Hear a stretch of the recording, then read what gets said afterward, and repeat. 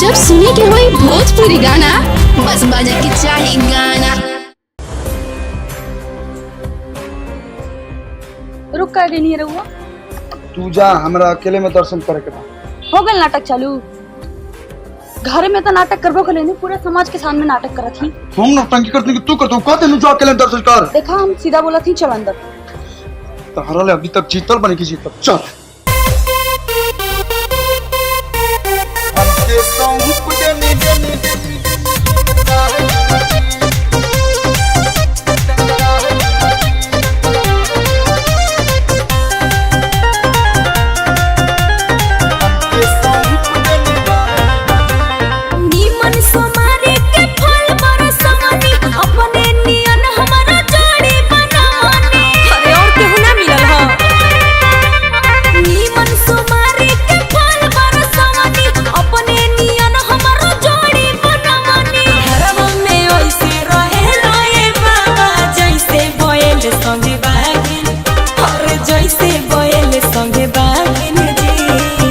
हमरो दुख सुनिए भोलेनाथ। अरे अपने तये बाबा नाग रखली हनी, अपने तये बाबा नाग रखली हनी, हमके सौंप देनी ना जी।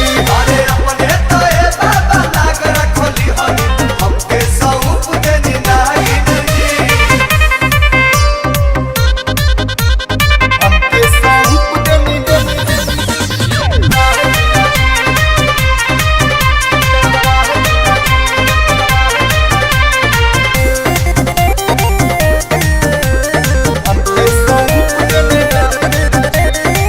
कईनी पूजा राऊ बेल पतई फूल से, लिख देनी भाग हमार रउआ तेरा सोल से। सोमारी बूटी के ये फल देनी हो जा। हंसे तो डसे लगे बिया, हम बानी जैसे गणेश जी के। बौरा जी खुश बाड़ी रौरा के पाके, हम ही करहिया भागिन। अरे हम ही करहिया भागिन जी।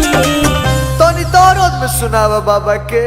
अरे अपने तये बाबा नागरा खोली हनी, बच्चा के पुकारतिया दोस्त ले देखो तो।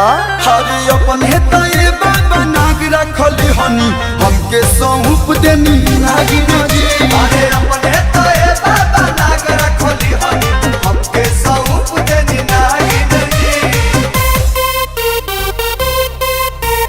हमके सौंप देनी देनी देनी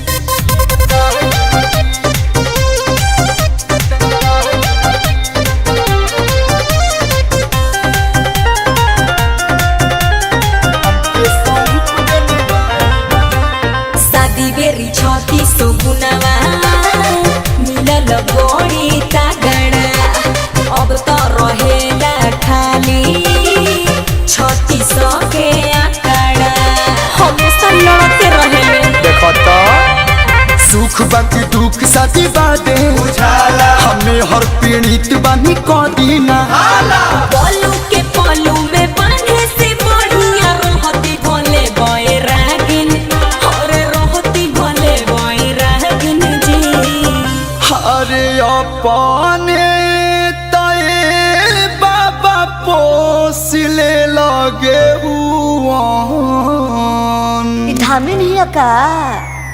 अरे अपने तये बाबा पोसले लगे हुआन, हमके थमा देला नागिन जी। अरे अपने तये बाबा नाग रखली हनी, हमके सौंप देनी नागिन जी।